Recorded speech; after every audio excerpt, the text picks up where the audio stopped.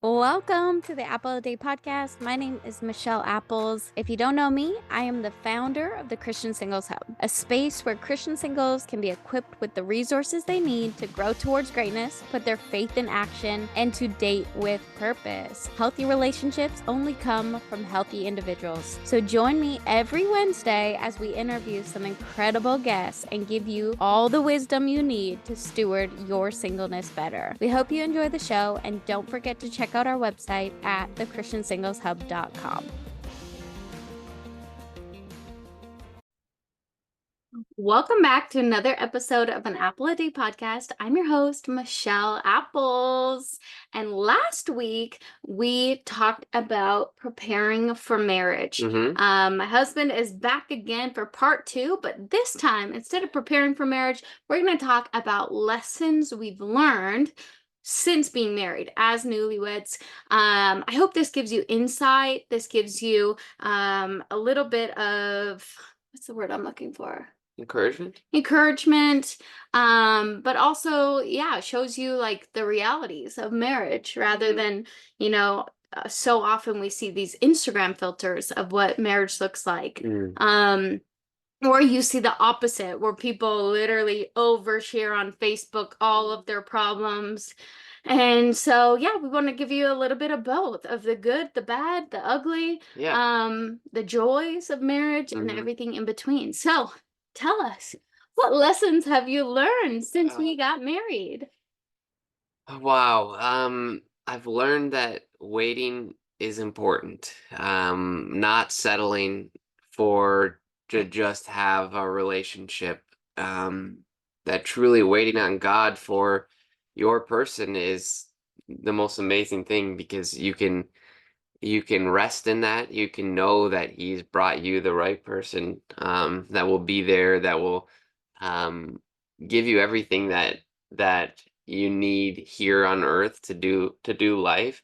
I And think, to do, and I think not just to do life, but to do the work that God has called you to as well. yeah, yeah, and I think that's just there's so much peace there that I know no matter what, that like when things do get hard, that God has given me the person that I need to go through those hard things. Like He knew all of that in advance. Um, Yeah, I love that you mentioned that. You brought that up of like waiting for the right person, mm, and not settling for less than God's best. And here's why. And I'll give you a practical example of in our life where we've seen just so much alignment in the Holy Spirit, which translates into knowing like you're on the right path. So there's been multiple times in multiple different situations or atmospheres that we've both been highlighted something the same time. For example, we were at a church when we first started mm, on our tour, and they were talking about this kids camp, and it's a camp for inner city kids, kids that mhm, probably can't afford to necessarily go to camp, but it would probably really be impactful yeah, for them. In this instance, we both, after that service, literally looked at each other and said, I think we need to donate for kids to go to camp. yeah, And like this is just one example of the alignment within the Holy Spirit, that mm, His Spirit is saying one thing and my spirit is saying the exact same thing. And so I love that. And that's not just like the good things of like, oh, go and donate here or whatever, but it's also like at church the other day, we were both convicted of something that we had done, two separate things that we had done individually before we ever met each other, and we had to go right some wrongs. mhm, And so it's so interesting, and I love that this was the first point you brought up, was that you cannot settle for less than God's best for you, because we've mm, seen so many instances where that nudge of the spirit will tell you and me at the exact same time. It's not a matter of like he tells you and then I have to go pray about it 10 times yeah, before I come to you and tell you like, oh yeah, God confirmed this to me. It's mhm, literally the same, and this has happened I don't even know how many times. yeah, more than we can count.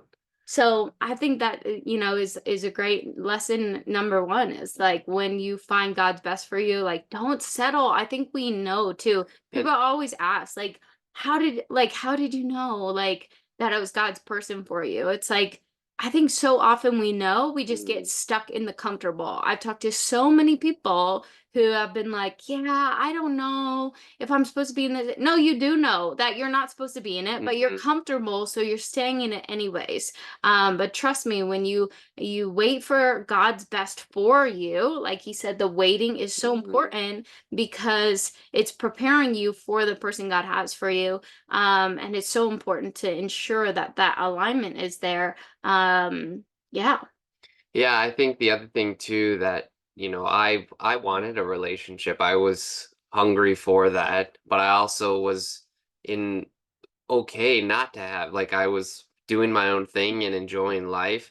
And I think it's hard to put yourself in perspective of like marriage when you are single, because you're in a season of like you're single but you want to be married, but you don't know what that entails. You don't know the cost you of you marriage. don't. And I think the, like one thing that I learned is that like once you're married, a lot like things do change.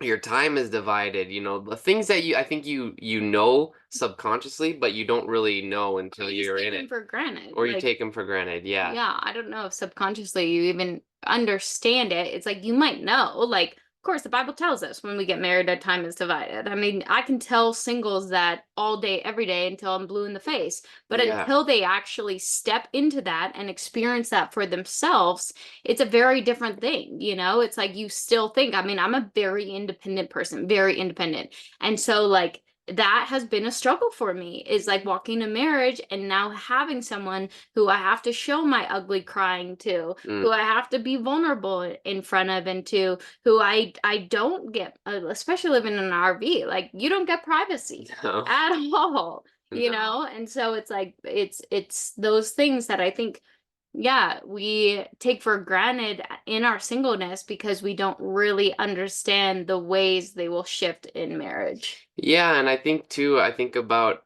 I think a lot of times people get married and it's just almost like I haven't been to a lot of like Christian couple weddings. I've been to a lot of weddings that are of this world, of people that, just are like saying their things and all right, let's party kind of thing. Hmm.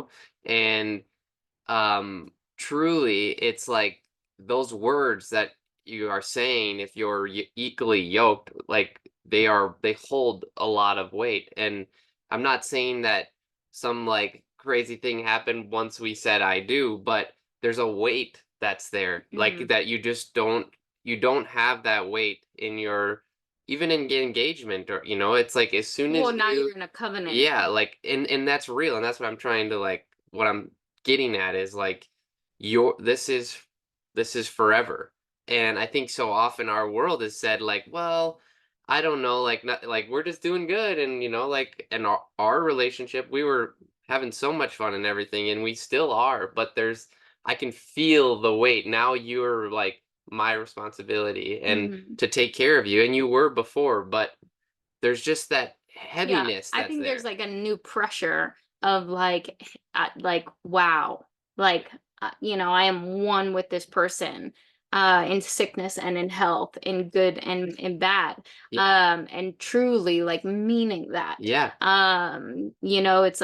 It's like every time I cry, he cries, because he feels the weight Mm, of that heaviness. If I'm, in a place where I'm sad or I'm mad or I'm frustrated, like you feel that heaviness and vice versa. yeah. When he cries, I cry. And it's just, yeah, there's a depth to it. I wouldn't say there's a heaviness to it. That's a Yeah. very bad term Yeah, I'm to not use trying to for think that. it's bad. But there's a depth and there's a weight to it. Yeah.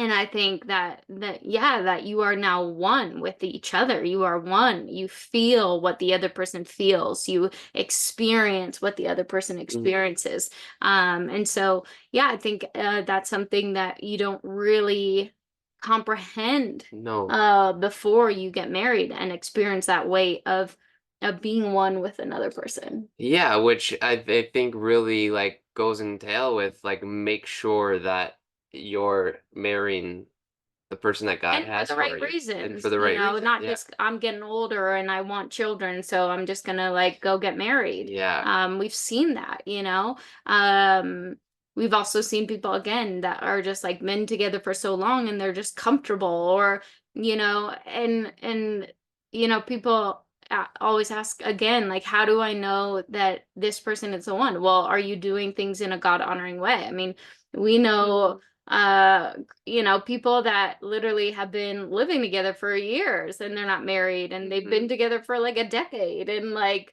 call themselves Christians. Yeah. Like this relationship is not honoring to God. I'm sorry. Like call it whatever you want to call it. Like Yeah. call that legalistic, call, you know, but at the end of the day, like there's a reason that God calls things into a covenant before you take those steps, because there is more depth and there Mhm. is more weight to it, and it's not just this light like light-hearted thing. It's like Yeah. marriage is for life and Mhm. you have to understand that covenant, and that's why there's like a formula. That's why there's like Yeah. a like, hey, you know, I wouldn't recommend moving in together until you get No. married, because again, it takes away that depth and the weight, that marriage is that's beautiful in marriage. Like Yes. it's not Yeah. a bad thing. It's a No. beautiful thing to now say like this is my Yeah. person. This is my forever. I have a someone who will be a rock there with me.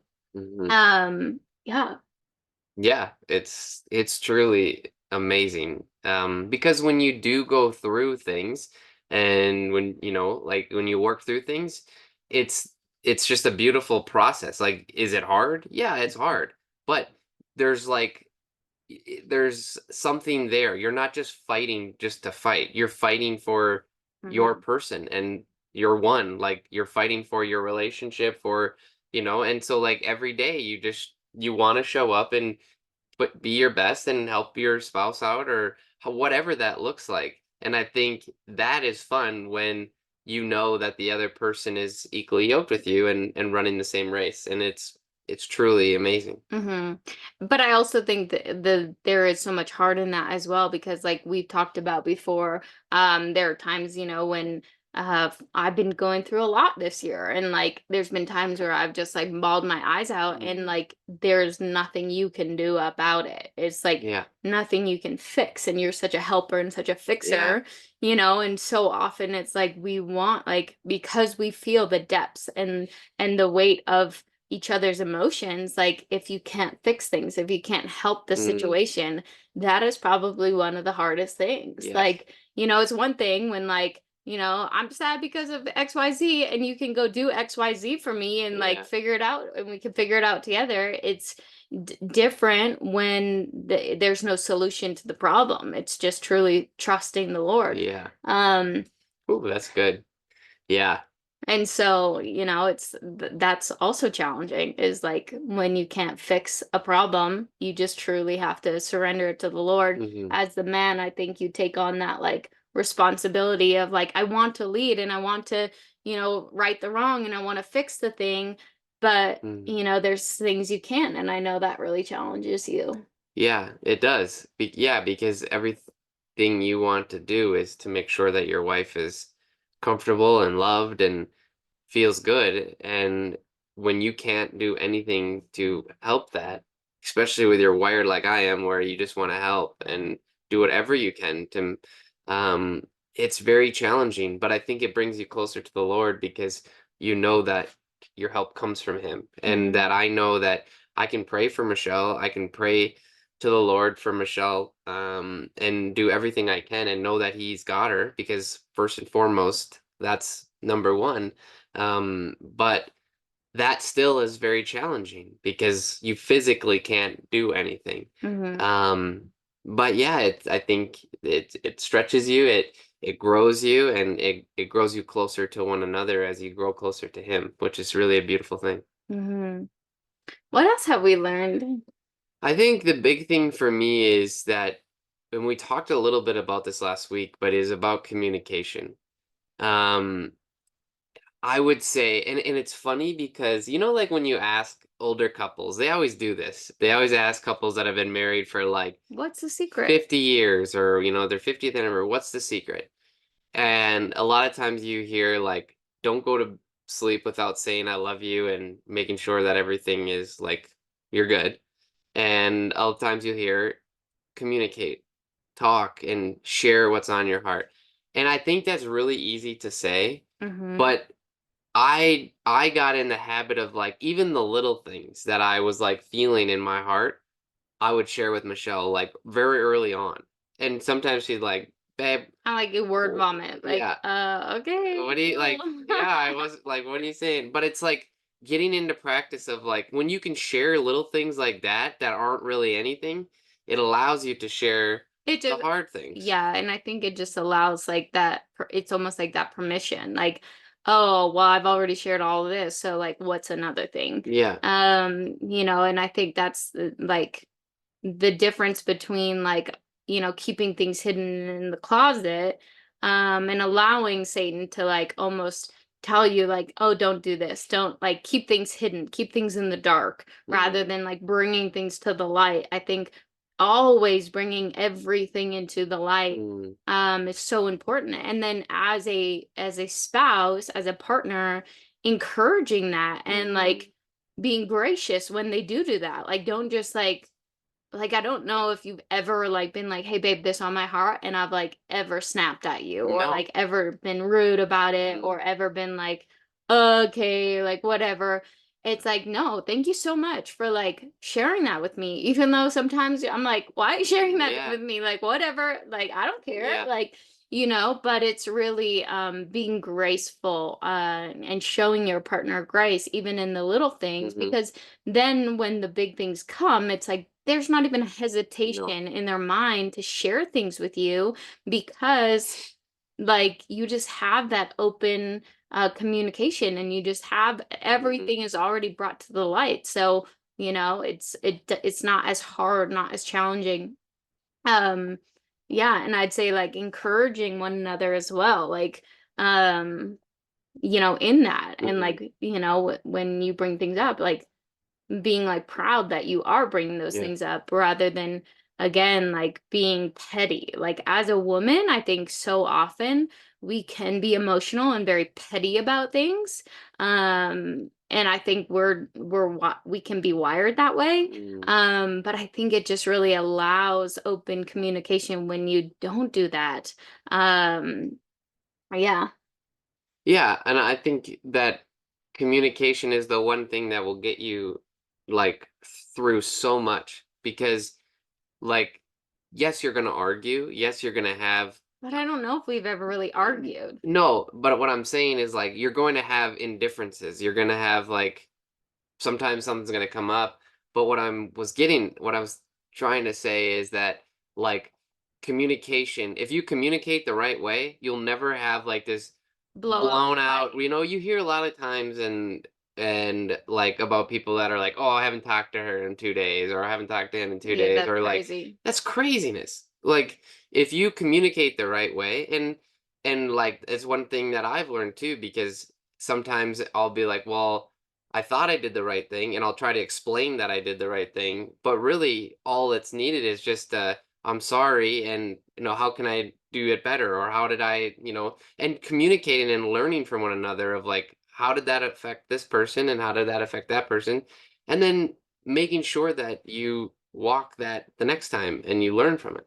Yeah, I think, yeah, it's so interesting. I used to always think, because people say, like, "Oh, if you haven't, like, fought or if you haven't argued, you have to be careful of that because you need to argue." And it's like, well, no, if communication is proper, then you don't have to argue because everything is just a conversation. Like, yes, do I get mad sometimes? Yeah. Yeah. 100%.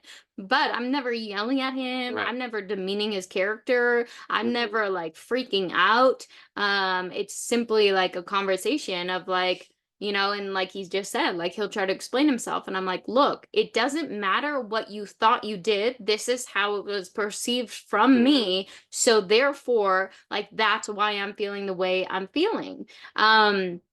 And yeah, I think so often we almost have this, like, ego of, like, we need to, like, almost prove why we're right. It's like it doesn't matter if you're right or not. If the other person is feeling hurt, or the other person is feeling misunderstood, or the Mhm. other person is feeling some sort of way, like that's the issue. The issue isn't about why you did what you did, or why how you thought it came across. It's like, well, no, it was perceived a certain way, and so therefore, emotions got brought into play. Let's talk, like, what, and like let's just air that out. Mhm. And so I think it's important that, like, yeah, we're not just trying to be right all the time. It doesn't matter. Who cares? You're one person. If I'm right, he's right. If I'm wrong, he's wrong, Mm. because we're one. We're not two separate people anymore. Yeah. It's like we like, I want us to both be right. I want us to both be healthy. Mhm. I don't care if I'm right by myself. Like, if Michelle is right and Douglas is wrong, it don't matter. Like, Mhm. let's be real. It Yeah. does not matter if he's in the wrong and I'm in the right, because that means that we're on two separate pages. That's all that means. Um and so, yeah, I think that's important, that we're not just trying to, like, argue to be right about something. Right. No, that's exactly it. You're not arguing to be right. You're communicating to be better and not allow that, whatever that was, to not happen again. And if it does happen again, then And then you then it talk is. about Then it you again. talk about it again and you move forward. Yeah. Communication is Communication, key so, so important. Learn to communicate in early. your singleness. Yeah. Not even when you get into a relationship, in your singleness. Yeah. Whether it's I'm communicating to my friends, whether it's I'm communicating, because the practice of communicating will only help you communicate better Mhm. when you actually meet somebody. It is very hard to Yeah. all of a sudden get into a relationship and you've never communicated with anyone in your life, and now all of a sudden try to communicate with someone. Whether it is a matter of, like, being vulnerable to your friends, Mhm. whether that is picking up the phone and confessing a sin to them, whether it's, calling and having hard conversations, or, meeting up in person and having, coffee and, like, Mm. sharing hard truths. If that means, a friend hurt you and you want to communicate with them about what happened and why that was, like, you need to learn this before you get into a relationship. This is not something you just pick up because Yeah. you're in a relationship now. It is going to be so much harder to learn to communicate, Mm. if you've never done it before. So, yeah, learn to communicate well. Um, Yeah, I liked your what you said too about encouraging the other person in the communication, because I know for me, like, when I would share those things that weren't really didn't mean anything, you were very supportive in that. And that only boosted me to be like, "Oh, wow, okay." Like, that's it's okay to share that, and I can, and so, like, just as a man, like, I felt that I could bring, bring whatever I needed to bring to you, because you, again, what you said, you didn't shame it, you didn't be like, "What are you doing? Like, you don't need to bring that to me," kind of thing. Like, you mhm, encouraged it, and then that brought it out. And you talk about that a lot on some of your other podcasts, and the talks that you do, is just like building people up and encouraging people. Too mhm. often we put people down because of their vulnerability. Or, like, we want to feel good about ourselves, Yeah. so we're tearing people down. Yeah. Yeah, and yeah, I think that's important, but I think it also comes down to the approach, how you approach it as well. Mm. So yes, I like, we both have parts to play. Is when he wants to share something, he doesn't come and just, like, start yelling at me about it, or, like, start, like, doing it in a way that, like, is gonna make me angry. Is Mm. like, he's like, "Hey, can I share something with you?" And he's just truly, like, a man from his heart sharing. Mm. And then because of that, I'm able to then say, encourage him in that, and encourage that vulnerability. And I think so we both have a part to play. I think it's not just like, oh, women, you have to empower the man. It's like, well, men, you need to know how to communicate and how to share things as well. I think it goes both ways, and I think Yeah. that's truly when two healthy people can come together and truly be vulnerable. Is Mhm. it's being perceived well, from both people, and then empowered and edified and encouraged. Yeah, and I think that's so important. And yeah, I think so often we miss the mark on that. Or, like, I saw actually a reel the other day, and it was of Basically, like, this woman, this wife, she was married to her husband, and her husband was making dinner, and she was just like yelling at him the whole time, and she's like, finally, you're making me dinner, instead of empowering that behavior, empowering those things. It's like, so often we actually shut down, whether we mean to or not, subconsciously. If someone's always like talking down to us, we're just shutting down in that area. Mm, So he's probably never going to make her dinner ever again, because why would he? He's mm, just getting torn down and torn down and torn down. But if you actually encourage and empower your spouse, to really, and start this in your singleness, yeah, again, it's not something that magically appears yeah. when you get married. It's like the amount of people I've encouraged in life and empowered in life before I ever even met him, of, hey, let's get on a prayer call, I'd love to pray into this for you, and like empower the things that God is calling you to do, and that you're going out on mission for him. That's amazing, let's pray about it. Mm, Supporting people, and yeah, just like calling those gifts out of them. And I think that we can do better with this. Even I can do better with this, and one of my gifts is really building people up and empowering people. And that doesn't mean you never correct people, because I think there's a balance between, for example, if he's cooking and there's a better, like, for example, I cut peppers stupid. I don't know why, but I'm cutting them. He's like, "Hey, babe, there's actually a better way to do that," and shows me the better way.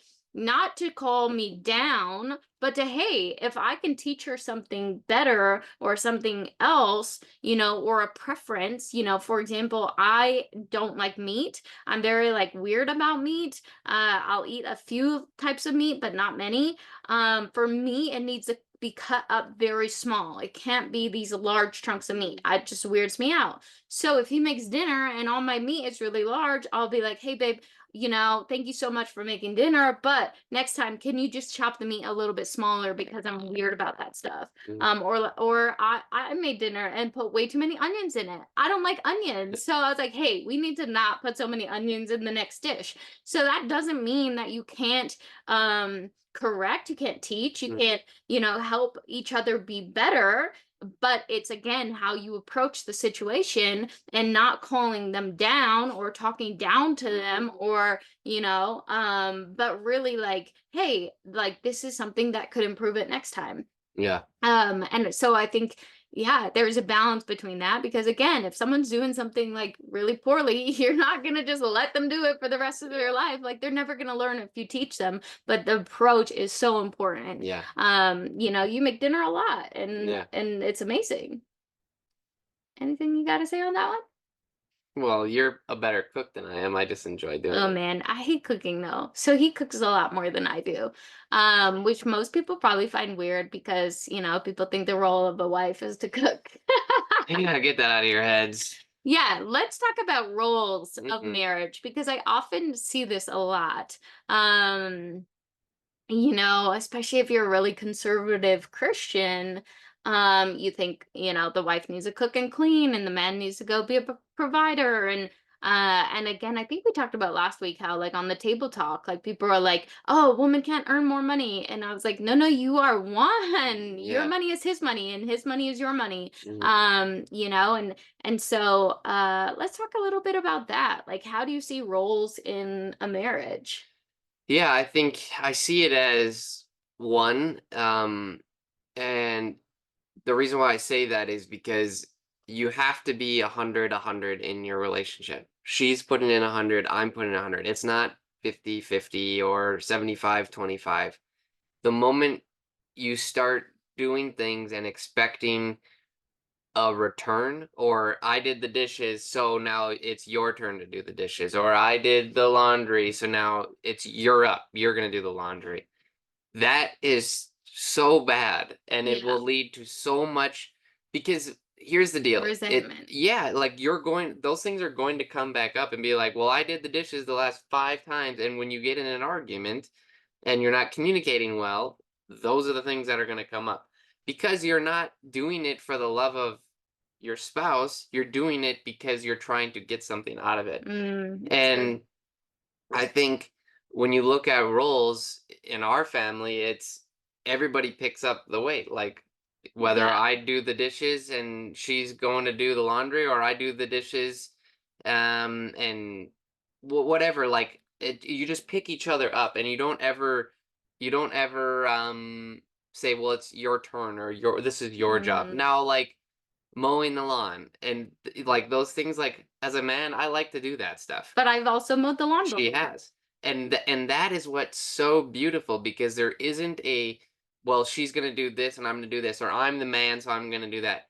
Like we both do I everything. think it's about out serving each other. Like, the Yeah. Bible's very clear that Jesus like didn't come to serve but to or to be served but to serve, and like Hmm. that's how the expectation on us, and so it's really just serving each other. I want to kind of go back to your comment about like it's 100 but Yeah. sometimes in a relationship I'm not at 100 or Yeah. he's not at 100. Like for example, when your allergies were really bad and you were like at 20%, Yeah. now it's my turn to pick up that other Yeah. 80%. We're 100 together. And so it's like, it doesn't matter whether he's at 50 and I'm at 50, or if he's at 20 and I'm at 80. Yeah. My back has been a hot mess. And so, like, days that my back's a hot mess, like, he's the 80 and I'm the 20. Mm. And together we make up the 100. And it's not going to be like every day we're going to be 50-50 and doing everything. It's like, hey, some days he's at 20 and I pick up the 80%.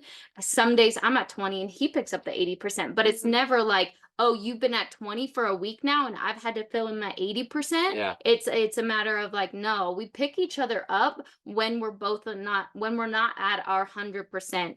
Hmm. And sometimes we'll both be at 20% and things will just have to hang out and wait, and Yeah. that's And that's okay. okay. Yeah. And it's like understanding that, and like again, it's not just like, well, you didn't do dishes or you didn't do this or you didn't do that or I had to do that. It's a matter of like, hey, how do we pick each other up when we're not at the 100%, when Yeah. we're not at our 50-50, that makes up the 100. And so I think it's truly just being in service to one another. Yes, he is the leader of our household, but like it's so interesting because people hate the topic of submission, and we've had a lot of conversations about Yeah. that on like table talks and stuff, and like people shut down Yeah. when you talk about submission. But when you are submitted to someone who is fully submitted to the Lord and fully submitted to you as their wife, like you don't have to worry about that Mm. because I'm submitted to him, because he has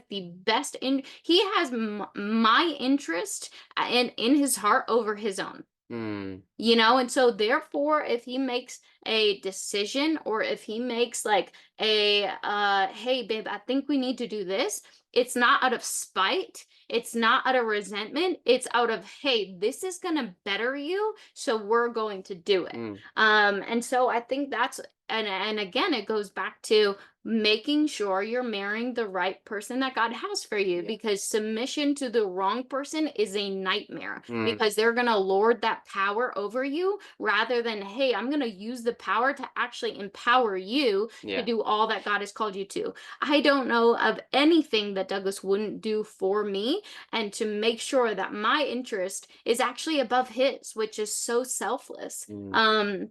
And he never, ever, ever, and I can say this with pure confidence, he would never, ever, ever do something that would be used against me, that would be demeaning to me, that would hinder me in any way. He would never take that power of the leader of our household, and as the man of our household, and lord it over me. Never, ever. And so I think that's so important, is like, yes, he has the role of leader of our household, but leader of our household, if you think of leadership anywhere else, like you don't have leadership because you're hindering the people you're leading, Mm. you're actually empowering the people that you're leading. And so I think that's really important, is like, yes, obviously the Bible talks about certain roles in a household, but I think like the true character of Christ was to serve. He came to serve.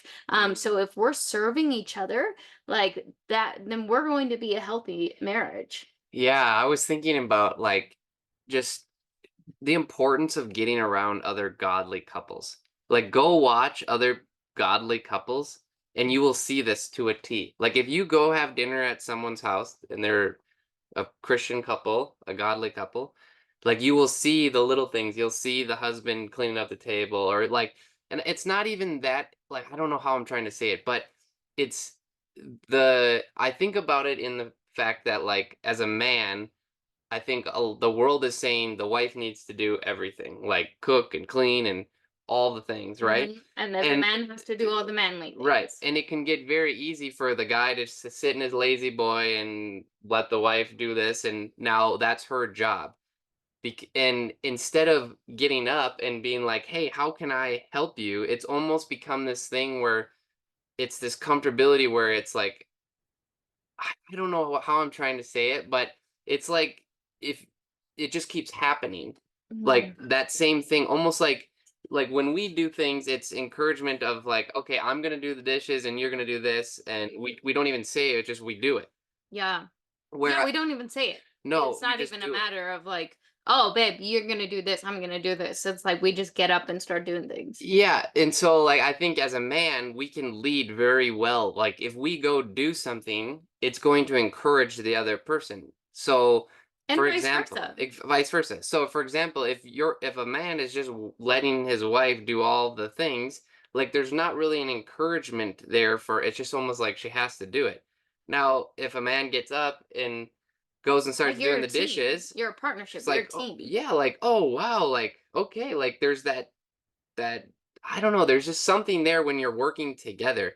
And I Yeah, think teamwork. as a man, like we can be better at that. Like the world is telling us that we're just gonna sit back and let the woman And I've work. seen that so And many times. it's The amount of times I've like went over to somebody's house and it's like all the men are sitting watching football football. and like the women are like in the kitchen. No, like we need to break that. That And is yeah. I'm just like, we're a partnership. Yeah. Like, and honestly, like, we've seen even in our relationship how much it builds up our relationship Hmm. when we have to work as a team. Like, the amount of times I don't even know that we've looked at each other and we're like, wow, we're such a good team. Yeah. We're such a good team. Yeah. It just, it almost like unites us even more Yes. to be like, oh, yeah, we're a team here. Hmm. Like, when one person falls, the other person picks them up, you know? Yeah, and I think a lot of times that men can feel like maybe they're more feminine if they do the dishes or if they do this Is that a or thing? I don't like I feel like that's like what the world is saying like if they're telling, you got to be manly and like I don't know. I just think that cuz why do we have men just sitting around letting the women do all the things and not pitching in? Yeah, I love at our retreats actually. I even think back to last Friendsgiving. I have a picture of like all the men in the kitchen helping out. And I was like, this is amazing. And this is how it should be. Is like again, like not just oh, we're men, so we're gonna sit out, but Mhm. really like, hey, how can we help? How can we serve one another? Again, it comes down to serving. Like serving one another. And Mhm. sometimes that does look like him doing the quote unquote manly things and Yeah. me doing, for example, when we pull up the RV, like he takes care of the outdoor stuff. He takes care of the sewer and the water and the electricity and making sure everything's level. And Mhm. but sometimes I have to step in and help make sure things are level too. And then I take care of the cleaning inside and making sure things are good. And so sometimes, yeah, that just naturally happens, or if the truck needed something done, I'm probably not going to do that because I know nothing about trucks. Mhm. So therefore, that's gonna be something that naturally falls on him to do. And so yeah, I think that those things absolutely can naturally happen, but I think it doesn't matter as long as the goal is serving one another. It Yeah. doesn't matter like what if you're doing the dishes or you're doing, going maintain the truck. Like, it doesn't No. matter. It's just serving one another. Yeah. And like I can tell you that if you're listening to this and you're in a relationship, like go try to do one of those things, Like as a man, like go do the dishes, help your significant other or your girlfriend or whoever, Your or parents, even your yeah, or family. even if you're not in a relationship, like just Like if you're go invited over to someone's house, like go go and help like them. help them. Like, Yes. that's It's yeah. it opens the doors to so much because I think too often people aren't gonna ask for your help because they're just assuming that you're not gonna help them. Yeah, like one of my friends, she recently got into a relationship and she said the other night, I was texting her and asked her how the weekend was or whatever, and she was like, "Oh yeah, it was so cool. When I got back to the house, I said, oh, I have to vacuum and do the dishes,' and he was like, yeah, let's do it. I'll help you." And like it was a beautiful, Yes. like to her that meant so much, Hmm. which is why she texted me about it. Yes. She wouldn't have texted me about it if It didn't that mean. didn't like hold weight to her. Yeah. And so I think like men, this holds weight So to much. women, that we don't even realize how much weight just like again serving the other person truly brings. 100%. Okay, our last lesson from married life. What's our last lesson? I would say don't believe everything you see on Instagram. Oh yeah. Um, Instagram is such a filter and it'll tell you the good, or tell you the really bad. Hmm. And that's social media. But marriage is a gift. There is so much joy in marriage, but Hmm. it also is very hard. And Yes. it is not like your TV shows, Hallmark Hmm. movies. It's not like, you know, it's not either. It's not like, oh man, marriage, ball and chain. No. But it's not like, oh my gosh, this is a fairy tale. Marriage is so great and it's Yeah. so lovely. Like it's both. It's a good and it's bad and it's hard and it's great and Hmm. it's joyful and it's sorrowful. Like we talked Yeah. about the depths of each other's emotions. I think so often, and I have this conversation a lot with singles because the number one thing when I match people up or people meet, they're like, I'm just not attracted to them. I'm sorry, but attraction does not sustain a marriage for 30 years, 40 years, 50 years. Like it does not. There has to be more than Yeah. attraction. Attraction, just because you're attracted to someone doesn't mean your wedding night's going to be great, like these are false narratives Yeah. that people are telling you, that the world is telling you. At the end of the day, obviously there needs to be a level of attraction, but my level of attraction to Douglas has grown significantly since the first day we met because of the man he is, because of his character, his morals, his values, the way our spirits align. Mm. And there's just like again, we're in a covenant and there's like a connection that draws us together. But Hmm. like if that's the number one thing you're looking in a relationship, you are going to have a hard marriage. Marriage is hard enough as it is, and you do not need to make it harder on yourself. If that's all you're looking for in a significant other is attraction, I am sorry, but attraction will not it will not keep your marriage going. Or if you're looking at marriage, another thing of like, so often I hear specifically more from men, like, oh, she's too older, and I need to have four babies and a white picket fence and this and that. But here's the thing, the amount of people I know with fertility issues these days has significantly risen.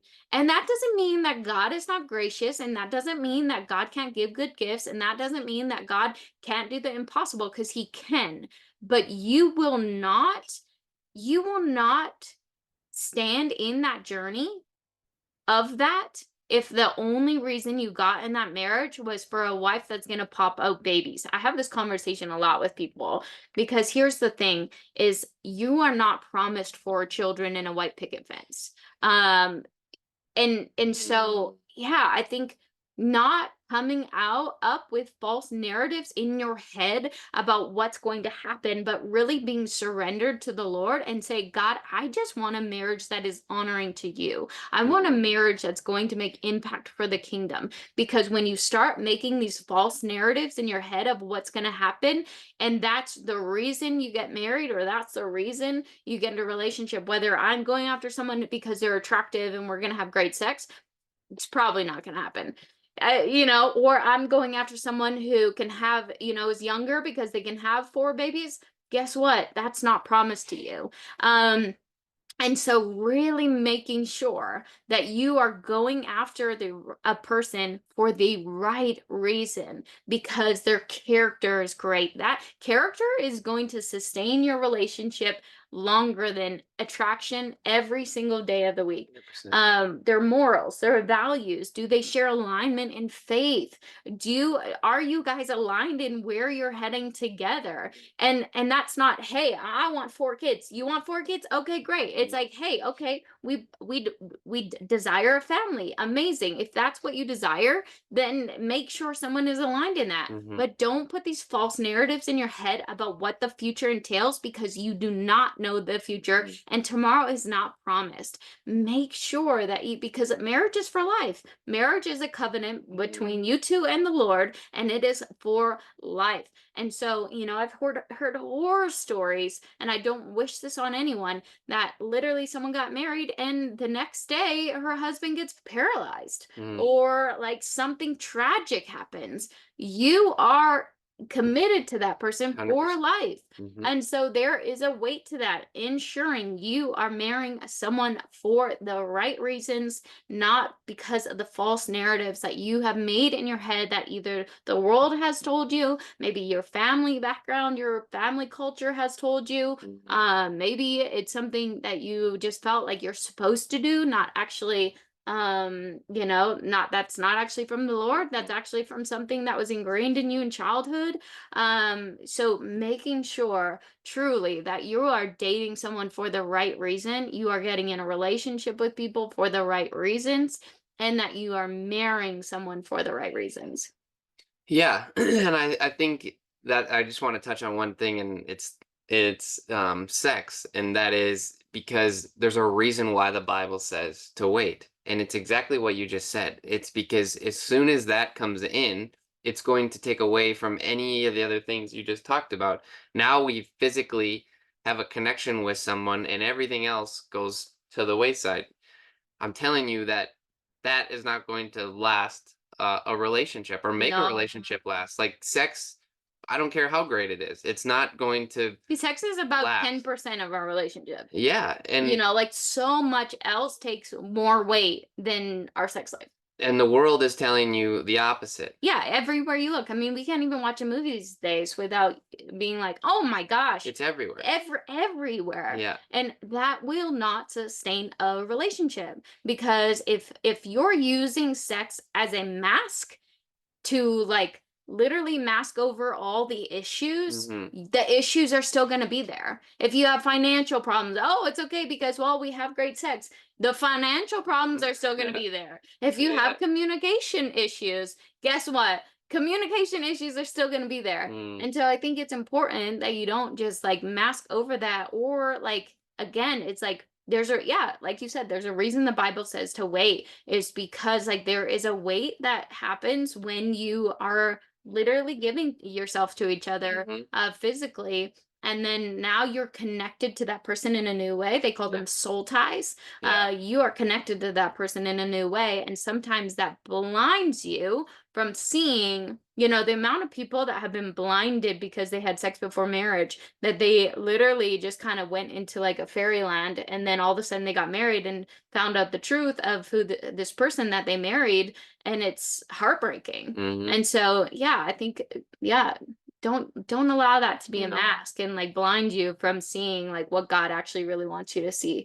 Because just like I said, I think I said on a different podcast, that the flesh and the spirit can't live together. Like, Mm. if you're walking in the spirit, it can't live in the flesh. So if you're like, you're not going to be having sex outside of marriage and then be like spiritually like connected to someone. Mm. Like, there's something that happens that breaks that spiritual connection, Mm. And so I think making sure that like you're walking in the spirit and not walking in the flesh. Yeah, and I think just a word of encouragement, like around this, is that, like you said it too. I think last podcast is that like we both like had sex before we met one another, and we decided that like that's what we're not going to as we walked through it, and like so it's just a word of encouragement. Like if you have, then surrender that to the Lord and choose a new path Yeah. and choose a new way, because we're here to tell you that if you do it the right way and you do it according to the living word,